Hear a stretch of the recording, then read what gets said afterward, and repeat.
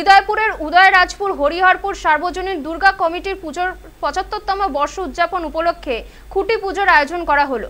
খুঁটি পুজোর পাশাপাশি নেতাজি সুভাষচন্দ্র বোসের আবক্ষ মূর্তির উন্মোচন করা হয়। মূর্তির উন্মোচন করেন বারাসাতের এসডিপিও ভিত্তকগড় আজিঙ্ক আনন্দ। সঙ্গে ছিলেন মধ্যমগ্রাম থানার আইসি। এদিন মূর্তি স্থাপনের জায়গাটির নাম নেতাজি মোড় নামকরণ করেন মধ্যমগ্রামের পুরপ্রধান নিমাই ঘোষ। পাশাপাশি এদিন স্থানীয় প্রাথমিক বিদ্যালয়ের সব পড়ুয়াদের হাতে খাতা পেন্সিল তুলে দেওয়া হয়। বিতরণ করা হয় গাছের চারা।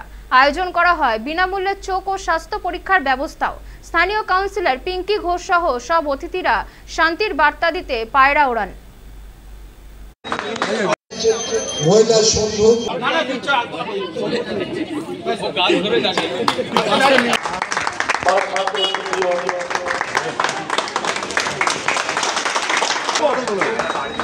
নেতাজি সুভাষচন্দ্র বোসের যে যোগদান আছে আপনার স্বাতন্ত্র্য লড়াইয়ের সংগ্রামে, এটা তো প্রচুর অনেক ভালো যোগদান আছে।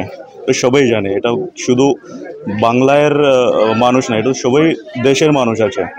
তো as a outsider, as I am from Maharashtra, আমি শুধু পুস্তকে কিছু বুকে এনার রিগার্ডিং কিছু পড়া করেছিলাম, কিন্তু আজকে ওনার মূর্তির যে আজকে আমি উদ্ঘাটন করেছিলাম, ওটা খুব ভালো লাগে আমাকে। ও thank you for inviting me. বাকি আয়োজন আমরা অনেক আগেই সেরেছি। গত বছর জানুয়ারি মাস থেকে এই বছর জানুয়ারি মাস থেকে মোহনবাসী রুদ্রপালের কাছে আমাদের এবছর ঠাকুর আমরা বায়না করেছি। আর দত্তপুকুরের আল্ট্রা মডার্ন ডেকোরেটরসের কাছে আমরা আমাদের মণ্ডপসজ্জায় তাকে বায়না করেছি। আর হৃদয়পুরের রয়্যাল ইলেকট্রিকের কাছে আমরা এবছর ইলেকট্রিক আলোকসজ্জা আমরা তাকে বায়না করেছি। পুজো মণ্ডপটা আর একটা দক্ষিণের আদলে একটি গোল্ডেন স্বর্ণ মন্দির বলবো না, সোনার কালারে দক্ষিণের একটা মণ্ডপ তৈরি করা হচ্ছে। খুঁটি পুজো উপলক্ষে আমরা খুঁটি পুজো করেছি, সেই সাথে আমরা সামাজিক কাজে কিছু ব্রতী হয়েছি, স্বাস্থ্য পরীক্ষা শিবির এবং চক্ষু পরীক্ষা শিবির, তার সাথে বৃক্ষ প্রদানও করছি।